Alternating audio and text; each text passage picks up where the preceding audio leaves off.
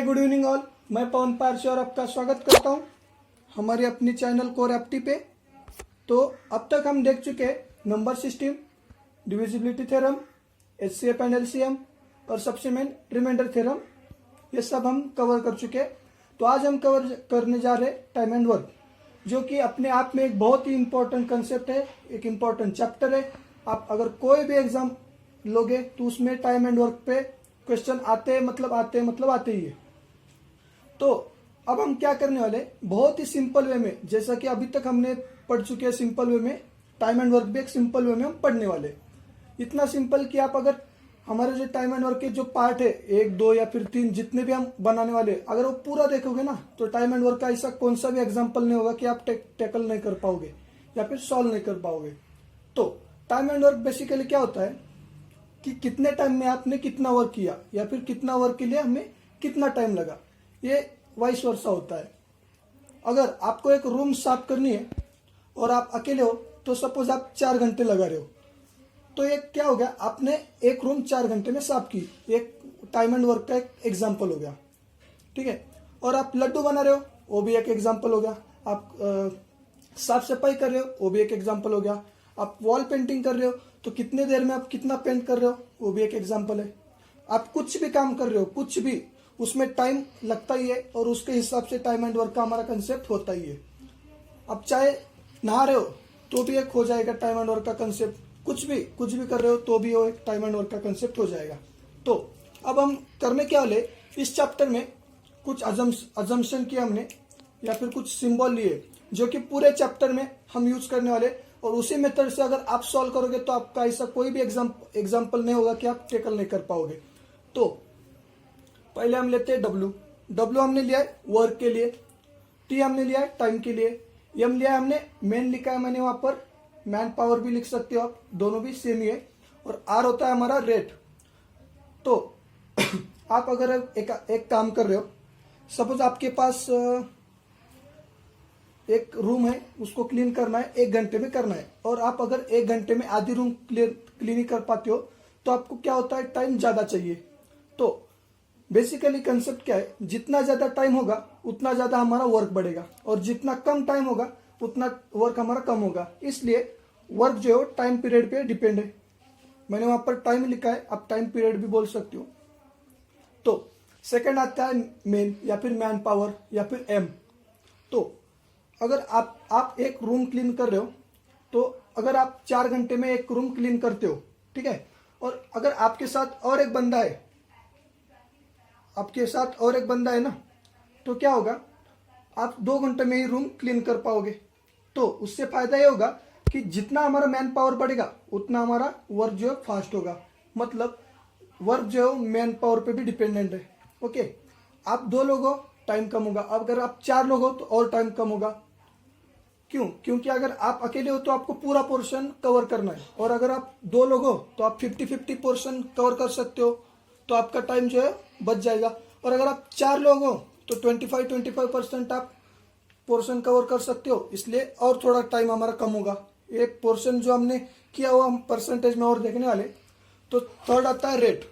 तो time and work जो है रेट पे कैसे डिपेंड हो, अब हम देखते हैं। अगर आप लड्डू बना रहे हो और आप 1 घंटे में 10 लड्डू बना रहे हो तो आपका रेट हो गया 10, और अगर आप 1 घंटे में 25 से 30 लड्डू बना लेते हो तो आपका रेट हो गया उसी हिसाब से। ठीक है। तो उससे क्या होगा, आप 1 घंटे में 10 लड्डू बना रहे हो और टोटल आप 10 घंटे काम कर रहे हो, तो उसके हिसाब से 100 लड्डू होंगे। और अगर आप 1 घंटे में 25 लड्डू बना रहे हो और आप 10 ही घंटा काम कर रहे हो तो उसके हिसाब से हमारा लड्डू 250 बन जाएगा। तो वर्क किस में ज्यादा है, जिसका रेट ज्यादा है उसका वर्क ज्यादा है। इसलिए जो वर्क है वो रेट पे भी डिपेंड होता है। किस तरह से रेट चेंज होता है उस तरह से हमारा वर्क भी जो है चेंज होते रहता है। तो अब हमारा जो नेक्स्ट अजम्पशन है क्यू एक कांस्टेंट है, प्रोपोर्शनलिटी कांस्टेंट हम उसे बोलते हैं यहाँ पर। तो क्या होगा, Q into W is equal to M into R into T. तो वर्क क्या होगा हमारा, time into men into rate. मतलब आप लड्डू बना रहे हो, सपोज आपको 250 लड्डू बनाने के, तो आपके पास टाइम है 10 आवर्स, मेन है 1 और रेट है 25। तो इन तीनों का अगर आप मल्टीप्लीकेशन कर दोगे तो आपको वर्क मिल जाएगा 250 लड्डू। तो इसलिए हम यहाँ पर लिए प्रोपोर्शनलिटी कांस्टेंट को हटाने के लिए मैंने यहाँ पर क्यू कांस्टेंट लिया है। Q into W is equal to M R T होगा और क्यू की वैल्यू क्या आएगी, M into R into T upon W. और एक कॉमन इक्वेशन है, इसको आप यूनिवर्सल इक्वेशन भी कह सकते हो। और पूरे के पूरे जो हम प्रॉब्लम सॉल्व करने वाले इसी इक्वेशन के ऊपर बेस प्रॉब्लम सॉल्व करने वाले, या फिर आप कौन सा भी एग्जाम्पल लो इस इक्वेशन के हिसाब से आप कैलकुलेट कर सकते हो। कैसे करने वाले और हम आगे देखने ही वाले। तो मैंने इतना स्लो और इतना समझा क्यों, क्योंकि अगर आपको टाइम, मैन पावर और रेट ये वर्क को कैसे अफेक्ट करते हैं एक बार पता चला ना, तो आप कौन सा भी एग्जाम्पल किसी भी तरीके का हो आप इजी उसको टैकल कर पाओगे। तो चलिए अब हम एग्जाम्पल देख के कुछ चीजें सीखने की या फिर कुछ चीजें जो है क्लियरिफाई करने की कोशिश करते हैं। तो अब हम एग्जाम्पल से कुछ चीजें जो क्लियर करने की कोशिश करते हैं। तो सबसे पहले मैंने एक सबसे आसान और सबसे बेसिक क्वेश्चन यहाँ पर लिया है। क्वेश्चन कुछ ऐसा है, अ work of painting 120 walls in 350 days is given to 50 men, but after 250 days work of only 50 walls was done. How many extra men will require to complete the work within time and with same rate? मतलब ये कुछ कहना इस तरह से चाहता है कि 50 आदमी को 350 डेज में 120 वॉल को पेंट करना है, लेकिन हुआ यूं कि 250 डेज के बाद सिर्फ 50 वॉल्स को पेंट किया गया। तो अब पूछ ऐसा रहा है कि उसी हिसाब से, मतलब उसी रेट से और उतने ही दिनों में कि वर्क कंप्लीट करने के लिए कितने ज़्यादा आदमी लगेंगे। मतलब जो 50 वॉल्स कंप्लीट हुए बचे कितने, 70 वॉल्स। तो 70 वॉल्स कंप्लीट करने के पेंट करने के लिए और दिन कितने बचे अपने पास, 100 दिन में ऐसे कितने एक्स्ट्रा मैन चाहिए।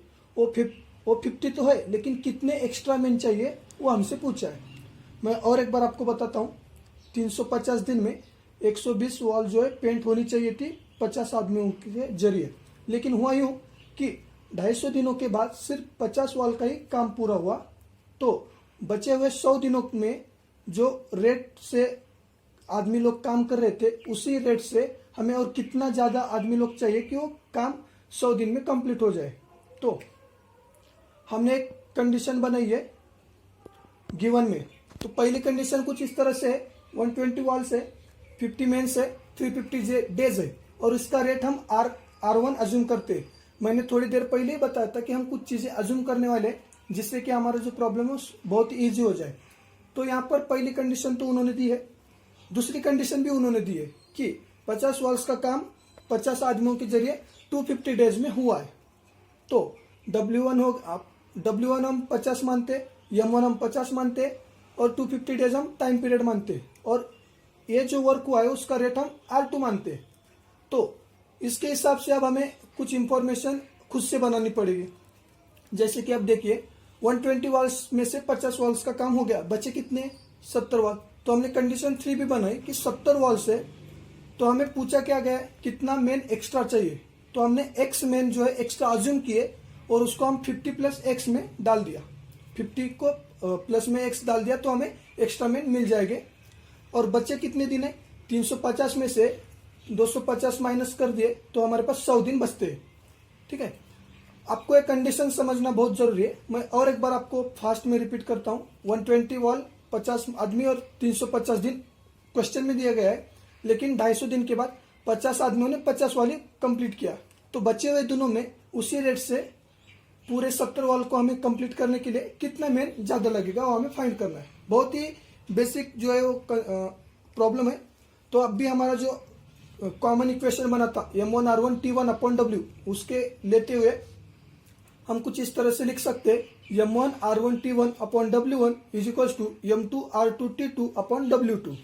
तो दी हुई इक्वेशन में उन्होंने दो कंडीशन दिए। पहली कंडीशन को हम यूज में नहीं लेने वाले क्योंकि उन्होंने वो गिवन डेटा दिया है। दूसरी और तीसरी कंडीशन को लेके हम क्वेश्चन जो है सॉल्व करेंगे। अब आप देखोगे कि थर्ड कंडीशन में भी मैंने जो रेट है वो R2 लिया। क्यों लिया, क्योंकि क्वेश्चन में हमें बताया गया कि विथ सेम रेट, उसी रेट से फाइंड करना है, इसलिए हमने रेट R2 ही लिया। तो अब हम वैल्यू पुट करके आंसर निकालते हैं। सिंपल है, इक्वेशन है अपने पास, उसमें वैल्यू पुट करना है और हमें आंसर निकालना है। तो M1 क्या है 50 है, 50 मेन है, रेट R2 है और डेज है टाइम पीरियड 250 और वर्क कितना हुआ 50 वॉल्स का हुआ तो डिवाइड में 50 आएगा। और राइट हैंड साइड में क्या आएगा M2 मतलब मेन क्या है 50 प्लस एक्स है सेकेंड थर्ड कंडीशन में। R2 रेट तो सेम है और बचे हमारे पास 100 दिन, तो उस 100 दिन में काम करना है और वर्क कितना बचा हमें 120 में से 50 गया 70 वर्क बचा है, 70 वर्क हमें कंप्लीट करना है। तो अब हम क्या करते हैं R2 को R2 कैंसिल होता है, जो जो चीजें कैंसिल होती है उसको हम एलिमिनेट करके हमारा जो इक्वेशन है वो इजी बनाते जाएंगे। R2 कैंसिल हो गया, 50 से 50 कैंसिल हो गया, अब बचा क्या 250 से हम 70 को मल्टीप्लाई कर दिए और 100 जो है वो लेफ्ट साइड में आके डिनोमिनेटर में चला गया। तो हुआ क्या, अब हम 50 से डिवाइड कर देंगे, 50 इंटू 2 100 होते हैं और 50 इंटू 5 250 होते हैं, तो हमने वहां पर मल्टीप्लाई कर दिया और इधर बचा क्या 50 plus x right hand side में। अब हम सिंपली मल्टीप्लीकेशन कर लेते हैं, 70 इंटू 5 आ गया 350 डिवाइड बाई 2 है is equal to 50 plus X. तो अब करना क्या है हमें 350 by 2 is equal to 50 plus X, हमें इक्वेशन मिल गया। तो अब हम इसको सॉल्व करते हैं, 350 को हम 2 से डिवाइड करेंगे तो 175 मिल जाएगा is equal to right hand side में 50 प्लस एक्स, तो x की वैल्यू आ गई 125। आप इसको ध्यान से सुनिएगा, मैं आप जो बोलने वाला हूँ, x की वैल्यू 125 आई मतलब हमारे जो एक्स्ट्रा में है वो है 125। अगर आपको ऐसा पूछा रहता कि कितने आदमी टोटल कितना लोग चाहिए तो वो अगर पूछता तो 175 आंसर आता, लेकिन उन्होंने पूछा क्या कि कितने एक्स्ट्रा मेन चाहिए। इस वर्ड को आप ध्यान से पढ़िएगा क्वेश्चन में, और हर क्वेश्चन में इसी तरह से छोटा छोटा ट्विस्ट दिया रहता है। Extra main, how many extra main मतलब कितना आदमी लोग ज्यादा चाहिए, इसलिए हम 175 में से 50 माइनस कर रहे। अगर हम पहले ही x मान के चलते थे तो ऑप्शन में 175 भी रहता था और हमारा आंसर भी 175 आता था, और इस वजह से इस छोटी सी गलती की वजह से हमारा जो 2 मार्क का क्वेश्चन या फिर 1 मार्क का क्वेश्चन है वो चला जाता था। इसलिए हमने एक्स्ट्रा मेन फाइंड करने के लिए 50 पहले से ही ले लिया था, क्योंकि बाद में हमें कंफ्यूजन नहीं होना चाहिए। आप इस तरह से अगर चीजों को अरेंज करोगे ना तो आपका हर प्रॉब्लम हर इक्वेशन ध्यान से बनेगी। तो x इज इक्वल टू 125, इसका मतलब जो हमारे एक्स्ट्रा मेन है वो आ गए 125। तो अब हम अगला क्वेश्चन देखते हैं, उसमें मैं और एक नई मेथड बताने वाला हूँ, उससे आपको बहुत इजी लगेगा क्वेश्चन सॉल्व करना। हाँ, तो अब हम नेक्स्ट क्वेश्चन देखने वाले। तो एक क्वेश्चन कुछ इस तरह से, तो work of making 1500 laddoos in 50 days is given to 40 men, but after 30 days only 500 laddus were ready. How many extra men will required to complete remaining work with same rate? अब क्या बोला है, जो ये जो क्वेश्चन है सेम पिछले वाले क्वेश्चन की तरह लिया है, मैंने बस वॉल की जगह पे लड्डू लिए और कुछ नंबर चेंज कर दिए, क्योंकि ये वाला जो मैं समझाने वाला हूँ इससे आपको चीजें और थोड़ी क्लियर होने वाली है। तो क्वेश्चन में क्या दिया गया है, 1500 लड्डू 50 दिन में बनाने के 40 आदमियों की जरिए, लेकिन 30 दिन के बाद सिर्फ 500 लड्डू रेडी है, तो बचे हुए 20 दिन में हमें जो 1000 लड्डू कंप्लीट करने हैं, तो उसके लिए कितना एक्स्ट्रा मेन हमें चाहिए होगा वो निकालना है। तो जैसे कि पिछले एग्जांपल में मैंने 3 हॉरिजॉन्टल कंडीशन के हिसाब से दिए थे, तो ये एक आसान तरीका है आपको कंडीशन फाइंड करने के लिए। एक आप टेबल बना लीजिए MRTW वाला, main, rate, time and work. अगर आप main into rate into time इसका मल्टीप्लीकेशन करते हो तो हमको वर्क मिलता है। मैं आपको और आगे एग्जांपल लेके मैं बताने वाला हूँ, तब आपको चीजें और क्लियर हो जाएंगी। तो इसमें क्या है, मैंने 1 2 3 कॉलम किए, तो पहले इसमें पहली कंडीशन है, सेकंड इसमें सेकंड और थर्ड इसमें थर्ड कंडीशन है।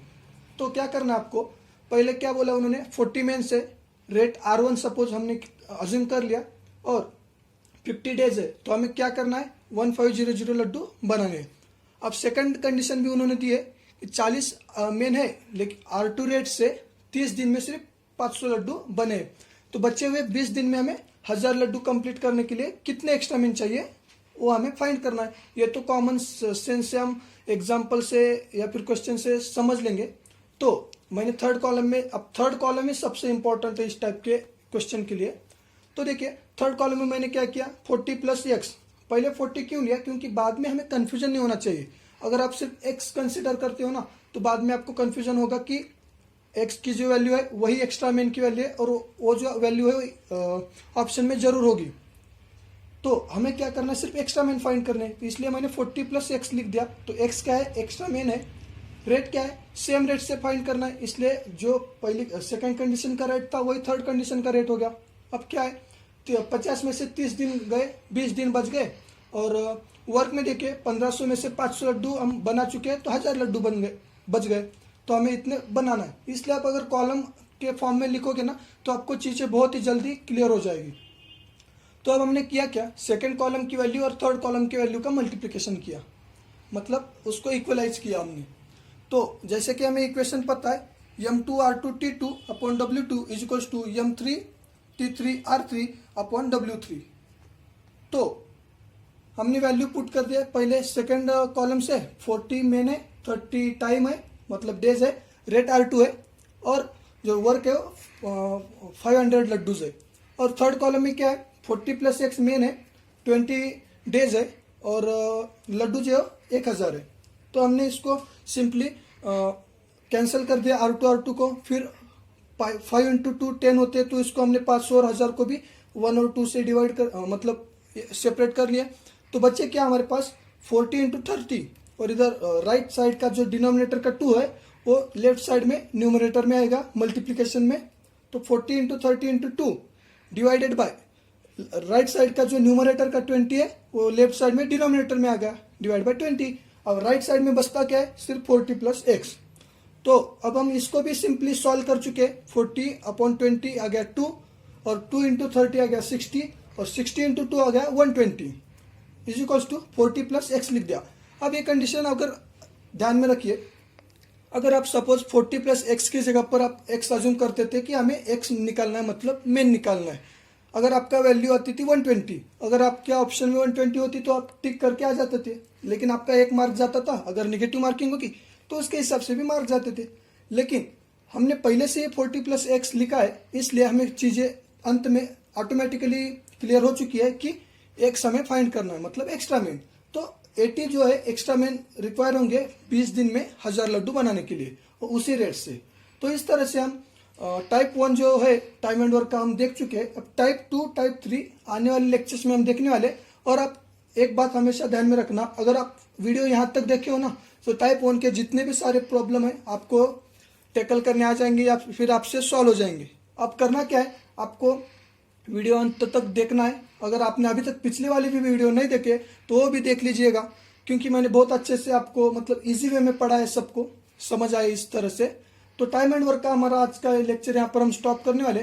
तो देखिए 2 ही प्रॉब्लम लेके मैंने बहुत ही अच्छे से आपको कंसेप्ट समझाए। अगर आपको कंसेप्ट समझ में नहीं आया तो आप कमेंट करके हमें बता सकते हैं, मैं और थोड़ा इम्प्रूव करूंगा। या फिर आपको समझ में नहीं आया तो और एक बार थोड़ा स्लो करके वीडियो को देख सकते हो। तो इस तरह से हमारा टाइम एंड वर्क का पहला टाइप जो है कवर हो चुका है। और बहुत सारे टाइप है, जैसे कि A can do a work of piece of work in this day, then B how many days require.